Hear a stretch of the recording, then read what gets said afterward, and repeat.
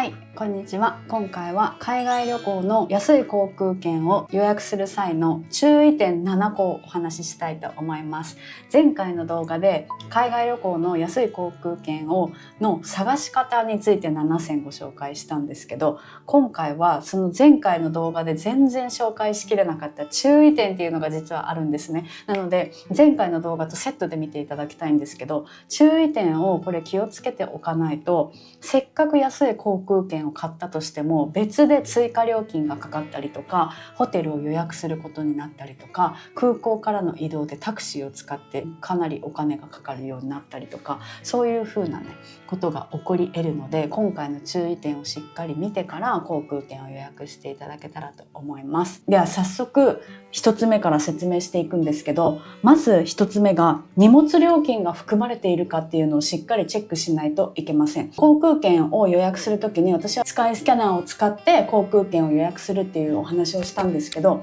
スカイスキャナーは LCC もフルサービスキャリアもいろんな航空会社の航空券の値段が出てきます。知ってる方も多いと思うんですけど、 LCC は基本のフライトの料金には荷物が含まれていないので、もし荷物を持ち込みたい方は追加料金を支払わないといけないんですね。スカイスキャナーでこの比較画面に出てくる金額っていうのは荷物が含まれていない料金になっています。そこがまず注意点なんですけど、例えば前回もご紹介した東京からバリ島に行く航空券の比較、この今状態を見てもらってるんですけど、スクートっていう LCC を使った場合4万円ぐらいでバリ島まで往復ができます。シンガポール航空っていう航空会社を使った場合6万1000円でバリ島まで行けるんですね。でもし安く抑えるんだったら LCC も視野に入れてみてくださいっていうお話をしたんですけど、この今4万円と6万円、金額だけで見たら4万円が安いって思うと思うんですけど、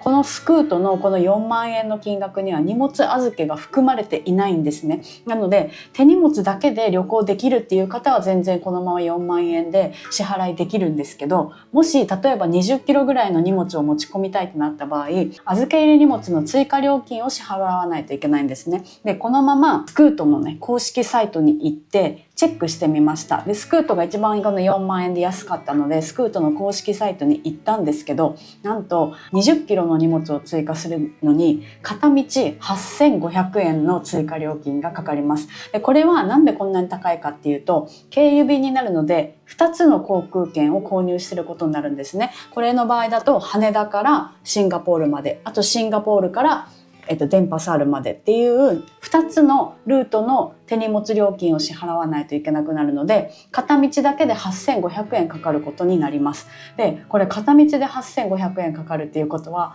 往復で1万7000円かかります。はい。でもう分かった方もいると思うんですけど、この航空券が4万円だったとしても、これ今サイトに行ったら4万3000円、手数料が含まれたのかちょっとここ分かんないんですけど、4万3000円の航空券に1万7000円の荷物を追加したら6万373円っていう金額になったんですよ。なので20キロの荷物を持ち込む場合、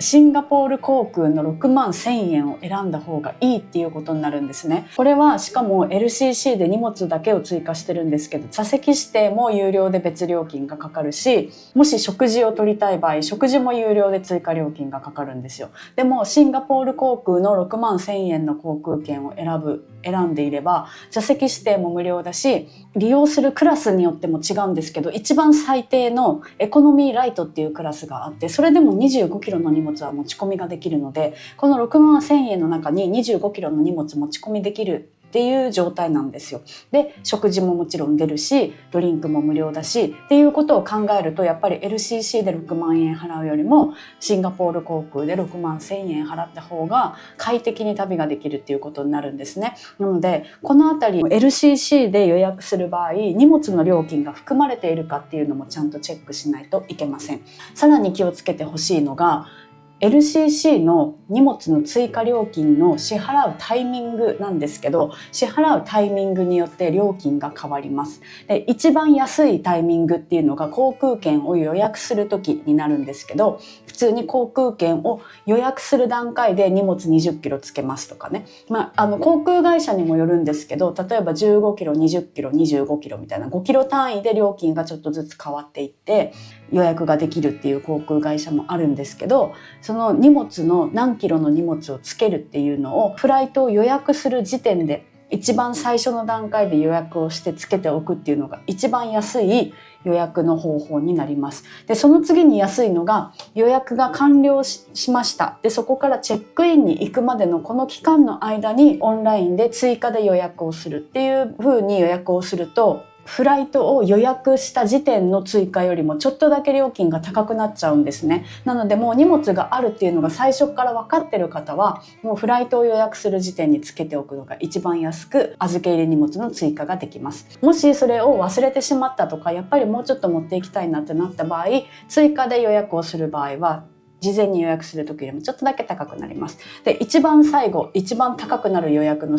というか、一番高くなる方法が、実際にフライト予約の時には荷物追加を しないで、チェックインカウンターに行った時に追加をするっていうのが一番高い支払いになってしまいます。で、これは結構倍以上料金が変わったりすることもあるので、かなり気をつけないといけません。で、航空会社によっては、チェックインの時に荷物の重さを測られて、実際に予約している、例えば20キロで予約しているのに25キロぐらいあったりすると、その分の超過料金も払わないといけなくなってしまうので、実際に予約した重さっていうのをちゃんと守るっていうのもすごく大事になります。で、LCC とかは、スクートだと10キロまで機内持ち込みできるんですけど、他の航空会社っていうのは7キロまでしか持ち込めないところがほとんどで、例えばその7キロを超えてしまっていた時に、その分の超過料金を払わないといけなくなったりとか、別途預け荷物として預けることでまたさらにプラス料金払わないといけないということになるので、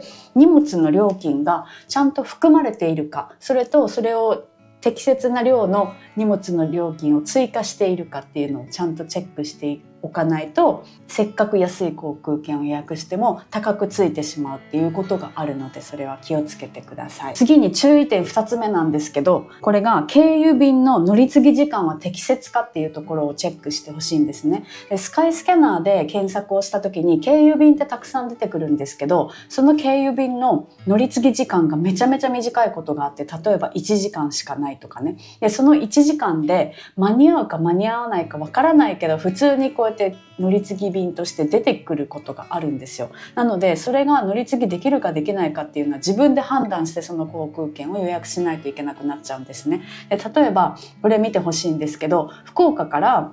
バリ島までのシンガポール航空で、この乗り継ぎ時間がね、なんと1時間しかないんですね。で、これは結構ギリギリなんですけど、このね、乗り継ぎ時間っていうのもどの空港かっていうのと、あとターミナル移動があるか。大きい空港はこのシンガポールのチャンギ空港とかはもうターミナル1、2、3、4までだったかな、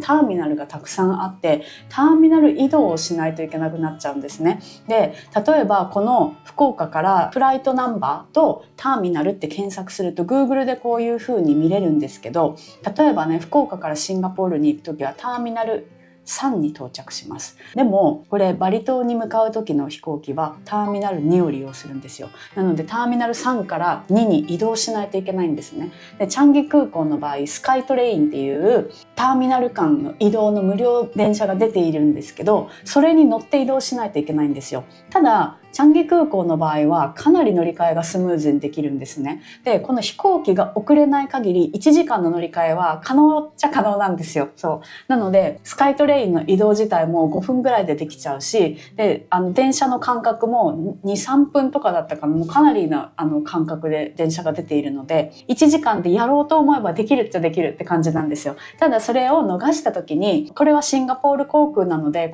飛行機逃しちゃいましたって言ったら、多分次の便に振り替えはしてくれると思うんですよ。これはフルサービスキャリアなので。ただもし LCC だった場合、ちょっと乗り遅れちゃいましたってなった場合、次の便に振り替えは多分してくれないと思います。なのでその分追加料金がかかってしまうということがあるので、基本的に私はその行ったことある空港かどうかっていうことも含め1時間半の乗り継ぎとかっていうのは私は選ばないようにしています。基本的に3時間あれば余裕だなっていう私の中でなんとなくこうあって、ギリギリでもう乗れるか乗れないかわからないっていう状況になるっていうのが私はすごく精神的に嫌なので、だいたい短くても 2時間半とか3時間で、長かったらもう5時間とか6時間とかの乗り継ぎは私は全然いい人なんですよ。それだったらもうゆっくりご飯を食べたりして過ごす方がまだ精神的に安心感があるので、私はそういう便を選ぶようにしています。でこっちを今度見てほしいんですけど、これはベトジェットで乗り継ぎ時間がなんと21時間もあります。前回の動画でもお伝えしたんですけど、こういう風にあえて乗り継ぎ時間が長いフライトを選んで、これだったらこの場合はベトナムなんですけど、ベトナムに降りてベトナム観光も一緒に楽しむっていうことも可能になります。しかもね、このフライトの場合は、これを荷物をね、福岡で預けた荷物を受け取るのは電波サールなんですよ。なのでハノイでは荷物を受け取らなくていいんですね。バゲッジスルーとかいう言い方をする航空会社とかもあるんですけど、なのでハノイに立ち寄る場合、荷物を受け取らなくていいっていうのは受け取れないんですよ。なので機内持ち込みの荷物の中に1日分の洋服だったりとか化粧水とかね、そういうのは全部入れておかないといけないんですね、逆にもし立ち寄る場合は。なのでその辺はちょっと気をつけておかないといけません。はい。でもう一つね、私が気をつけたいなって思っているのが、最近は全然行ってないんですけど、アメリカの経由便なんですね。でこのフライトは例えば東京の、羽田からロサンゼルスを経由してメキシコに行くっていうフライトを今出してるんですけど、これは乗り継ぎ時間が2時間しかありません。でアメリカの乗り継ぎっていうのは、これはただの乗り継ぎであってもアメリカに1回入国をして荷物を受け取ってアメリカの入国審査を受けないといけないんですよ。アメリカで乗り継ぎをする場合、通常よりも乗り継ぎに時間がかかると思っていた方がよくって、2時間じゃ多分間に合わないと思っていた方がいいんですね。なのでアメリカ経由でどこかメキシコに行くとかね、そういう場合は私だったらもう5、6時間とかね、長めの乗り継ぎ時間を取ります。で私実際にやってしまったことがあるんですけど、サンフランシスコ経由でメキシコに行ったんですね。でその時に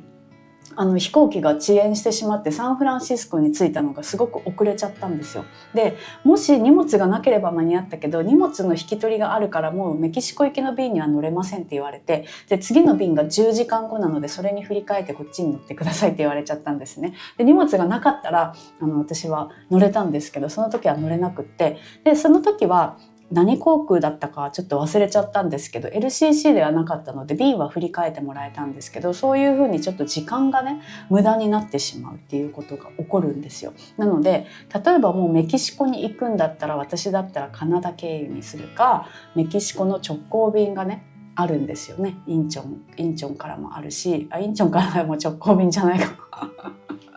アメリカを経由しない便があるんですよ。なのでそういう便を選ぶ方が心にも余裕があるなっていう感じになります。でアメリカ経由でアメリカに入国しない場合でもエスタを取らないといけなかったりとかね、アメリカ入国は本当に結構厳しい条件がいろいろあるので、私の場合だったらアメリカに入国しないんだったらわざわざアメリカ経由は選ばないかなと思います。なのでそのあたりも乗り継ぎの時間含め気をつけてみていただけたらと思います。次に気をつけておきたい3つ目の注意点なんですけど、出発時間、到着時間が早朝か深夜じゃないかっていうのもしっかり見ておかないといけません。でこれは LCC の場合がほとんどでもないけど LCC の場合で結構多いんですけど、到着時間がかなり深夜になるとかっていうのが結構あるんですね。例えばね、これ見てほしいんですけど、ベトナムのホーチミンから羽田の便で、これね到着時間が夜中の1時なんですね。でこれ羽田空港に夜中の1時に着くんですけど、もし例えば車で誰かに迎えに来てもらうとか、自分自身で駐車場に車を止めていて帰れるっていう場合だったら全然問題ないんですけど、もし電車でで帰ることを考えてる方だったらもうこの深夜の1時とかってなると電車がもう終わっちゃってるんですね。なのでこの羽田空港の中に泊まったりとか空港泊をするか羽田空港の近くのホテルを予約しないといけなくなってしまうので、航空券を安く買ったとしてもその分の出費が増えてしまうっていうことが起こり得るんですね。深夜に到着する場合、これは日本に到着する場合もそうだけど、海外の空港に日本から出発して海外に深夜に着くっていう場合は私は選ばないようにしています。っていうのもやっぱり危ないじゃないですか。特に私は一人で旅することも多くって、深夜に移動するっていう事態やっぱり危ないし、タクシーをに使わないといけなくなったら余計その分料金がかかってしまったりとか、そういうことも考えられるので、できるだけ私は深夜とか早朝、もう早朝って朝の3時とか4時とかね、そういう時間に移動するのはできるだけ避けるようにしています。できるだけ航空券の値段だけではなくて時間もチェックして選ぶっていうことをやっています。あと逆に気をつけておかないといけないのが早朝出発なんですけど、これも理由は同じで、さっき言ったみたいに深夜の3時とか4時にホテルを出発しないといけなくなるとか、そういうことも考えられるし、これは例えば香港を7時45分に出発する便なんですけど、香港は、電車で空港まで行けるんですけど、その電車の始発が朝の5時何分とかなんですよ。なのでそれで1時間ぐらい空港までかかるんですけど、それだともうギリギリかちょっと間に合わないぐらいの時間になってしまうからタクシーを利用しないといけなくなると思うんですけど、タクシーだと、片道っても6000円とかね7000円とかするんですよね。タクシーとか空港送迎を利用する場合はそのぐらいの値段がかかってくるので、いくら航空券が安かったとしてもその分のね移動費用っていうのを別途払わないといけなくなってしまうので、そのあたりも注意して時間をねしっかり見て選んだ方がいいかなと思います。はい、で例えばね、私は深夜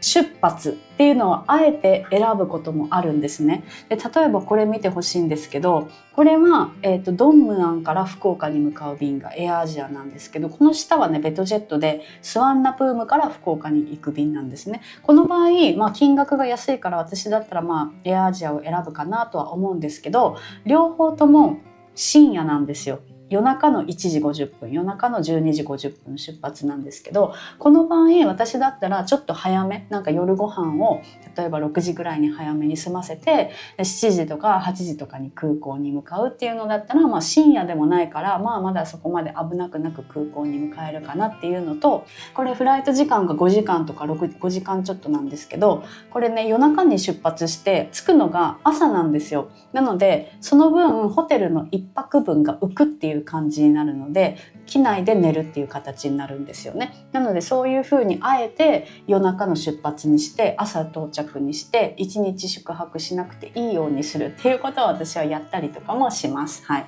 なので時間帯によって想像してみるっていうのが大事で、空港に行くのは何時ぐらいがいいかなとか、じゃあ夜中の出発になるから危ないよねとかっていうのを事前に想像しておかないと、安いからっていうだけで取っておくと危ないので気をつけていてください。で次注意点4つ目なんですけど、ご自身で乗り継ぎがないかと空港変更はないかっていうのも航空券を比較するときにチェックしてほしいんですけど、まず空港変更についてご紹介したいと思うんですけど、これを選ぶ人はほとんどいないかなと思うんですけど、これね福岡から東京で乗り換えをして、その後カナダで乗り継ぎをしてニューヨークに行くっていう航空券で、こんなね乗り継ぎが何回もある飛行機をわざわざ選ぶ人はいないとは思うんですけど、一応こういう航空券も出てきますっていうことでご紹介をしたいんですけど、ここにね東京で空港変更って書いてあるんですよ。これは何かっていうと、これまず福岡から羽田までスカイマークで向かいます。でここで待ち時間が4時間半あるんですけど、羽田に到着するのに出発は成田なんですね。なのでこの4時間半の間に羽田から成田に移動しないといけないっていう便なんですよこれ。で羽田から成田ってリムジンバスが出ているんですけど3000円ぐらいかかるし、時間も1時間とかね1時間半とかかかるんですよ。普通にね大きな荷物を持って出かけているのに羽田から成田まで移動するっていうことを考えたらかなり大変じゃないですか。これはね気をつけておかないといけないんですよ。これはねもう東京だけではなくって大きな都市だと2個空港があるエリアって結構あって、日本だったら例えばあとは大阪関西とかも関西国際空港と伊丹空港で空港変更っていうフライトが出てきたりとか、あとは、タイのバンコクもスワンナプーム空港とドンムアン空港ってあって、でこれはこのねスワンナプームからドンムアンの空港は無料のシャトルバスが出てはいるんですけど、移動にね1時間か2時間か1時間ぐらいだったかなかかるんですよ。なので基本的にもう空港変更っていうのが出ていたらそれは選ばない方がいいと思います。基本的に1時間ぐらいの移動が必要になってくるので、やっぱりね大きい荷物を持って移動するっていうのも大変だし、荷物がなかったとしてもやっぱり移動時間ってすごく無駄になってしまうので、私は空港変更は選ばないようにしています。次に空港ご自身で乗り継ぎっていう表示が出てることがあるんですよ。このご自身で乗り継ぎも結構気をつけておかないといけないんですけど、例えばこれはね福岡からバンコク経由でスリランカのコロンボのバンダラナイケ空港に行くルートを今出しているんですけど、この場合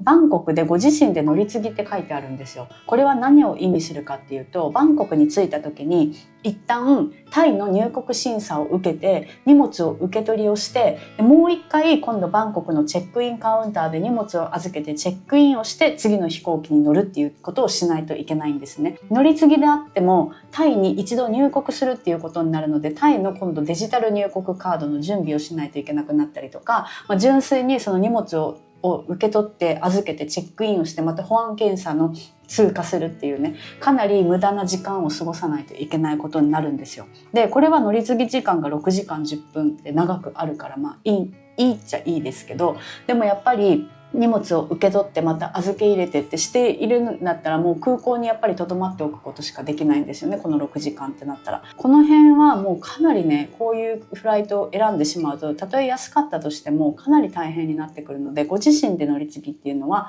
できれば選ばない方がいいかなと思います。ただ LCC の安い航空券の場合、ご自身で乗り継ぎって書いてあるものが結構あるので、その場合は、どうしてもその便しかないっていう場合がね、もしあったらその時は乗り継ぎの時間を長めにとっておくっていうのが大切になります。でもしその時に乗り継ぎのその国によってどういう入国のさっき言ったみたいなデジタル入国カードとかそういうのが必要かどうかっていうのもチェックしないといけません。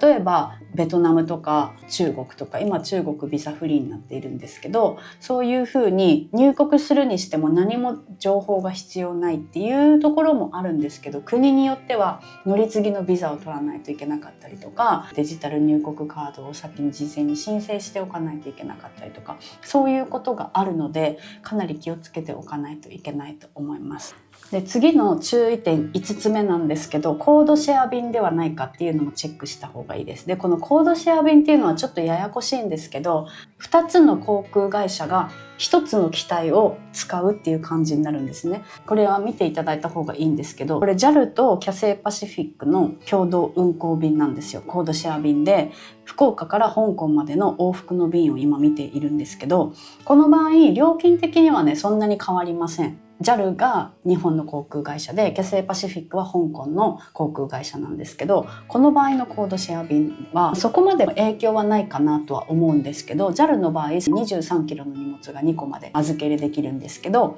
キャセイパシフィックの場合は23キロの手荷物1個だけになっちゃうんですね。なので荷物が23キロ以上ない場合はそこまで影響はしないんですけど、これは JAL の航空券で買ったとしても運航がキャセイパシフィックになるので、キャセイパシフィックの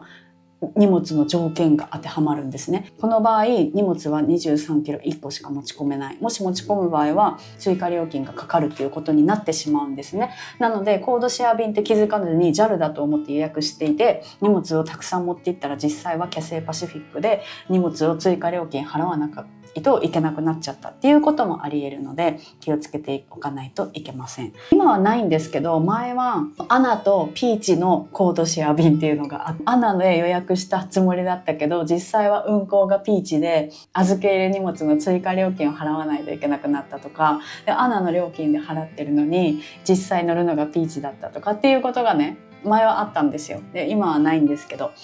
だからそれを知らないと困るなっていうことがあります。もう一つあんまりなんか検索しても出てこなかったんですけど、スクートとシンガポール航空のコードシェア便があって、これはねびっくりしたんですけど、シンガポール航空の公式サイトをこのまま載せてるんですけど、シンガポール航空とスクートのコードシェア便の場合、スクートで予約をしていたとしてもシンガポール航空の運賃の航空券のね条件に従うっていうことが書いてあって、この場合自宅の手荷物の料金もシンガポール航空のルールで利用ができるみたいなんですね。こういうこともあるんだなっていうことがありました。でも座席指定はシンガポール航空の場合無料ですけど、スクートの場合は有料になるっていうことで、やっぱりここはちょっとスクートのルールが当てはまっているっていうことになります。コードシェア便の場合はどっちの航空会社で運航になるのかっていうのと、その航空会社の荷物のルールっていうのをちゃんと調べておかないと追加料金を払うことになったりとかするので気をつけてください。6個目の注意点なんですけど、評価の低い代理店を選んでいないかっていうところで、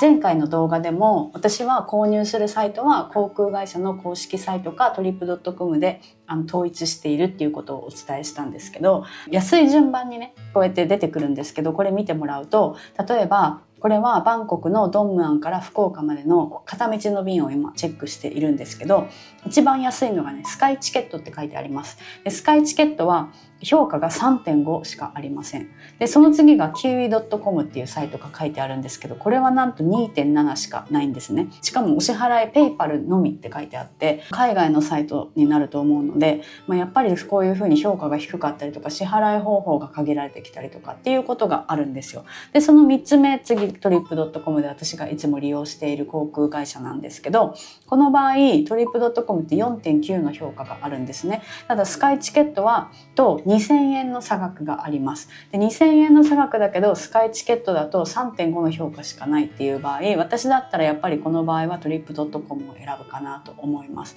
何か起きた時にトラブルに対処できるかわからないっていうのと、何か起きた時に追加料金を払わないといけない可能性があったりとか、そういうやっぱり状況は避けたいということで、航空券の予約をする時は代理店の評価が高いところを選ぶっていうことを私は大切にしています。評価の高い代理店か航空会社の公式サイトで購入するっていうのはすごく大事になってくるので、ここは気をつけておいてください。そして最後7個目なんですけど、これは予約の時点ではなくって実際に搭乗する時のお話になるんですけど、オンラインチェックインが必須ではないかっていうことをチェックしていただきたいんですね。でこれは日本発着の場合はそこまで影響はないです。例えばヨーロッパにライアンエアっていう超有名な LCC があるんですけど、ライアンエアはかなりひどい航空会社っていうことで知られていて、私は実際に使ったことはあるんですけど、何がひどいと言われているかっていうと、オンラインチェックインをしておかないと、空港のカウンターに行ってチェックインをすると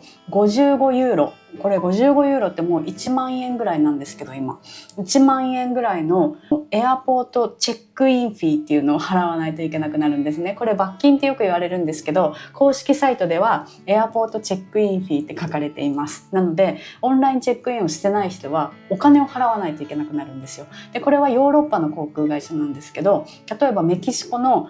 ボラリスっていう航空会社とか、結構日本じゃない航空会社はオンラインチェックインを絶対しておかないと空港で手数料を払わないといけないっていう航空会社もあります。これは数年前の話なんですけど、航空券のチケット e チケットじゃなくって実際にプリントアウトして紙で提示しないといけないっていうところもあったんですよ。でライアンエアも前そういうのがあったみたいなんですけど、さっき公式サイト見たらもう 100% デジタルに移行しましたっていうことが書かれていて、海外から海外に移動するっていうことがある場合、こういう風な航空会社もあるっていうことを覚えておかないと、ライアンエアとかね、航空券がかなり安いんですよ。ヨーロッパ間の国の移動だったとしても1万円いかないで5000円ぐらいで旅行できたりとかってするんですけど、こういう風に知らないで行くとチェックインにお金がかかるっていうね状態になったりとかもするので、その辺は気をつけておいてください。ということで今回は海外旅行の安い航空券を予約する時の注意点7個をお伝えしました。これを気をつけておかないと、いくら安く航空券が手に入ったとしても別で追加料金がかかったり、ホテル代がかかったり、別の料金がかかってくるっていうことが考えられるので、ぜひ航空券を予約する時は注意して予約してみてください。はい、ではこの動画がいいと思ったらチャンネル登録プや高評価もよろしくお願いします。ではまた次回の動画でお会いしましょう。さようなら。